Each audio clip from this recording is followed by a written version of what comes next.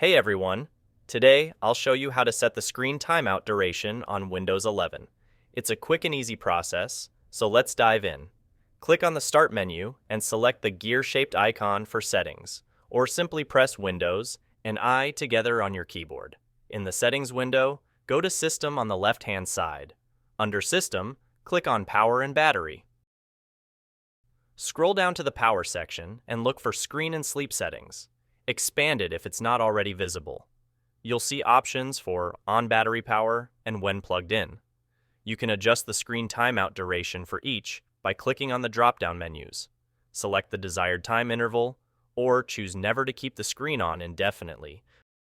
Once you've selected your preferences, your changes are automatically saved. To test, stop using your device for the set duration and observe if the screen turns off at the specified time. And that's it. You now know how to adjust the screen timeout settings on Windows 11. Thanks for watching, and I hope this was helpful.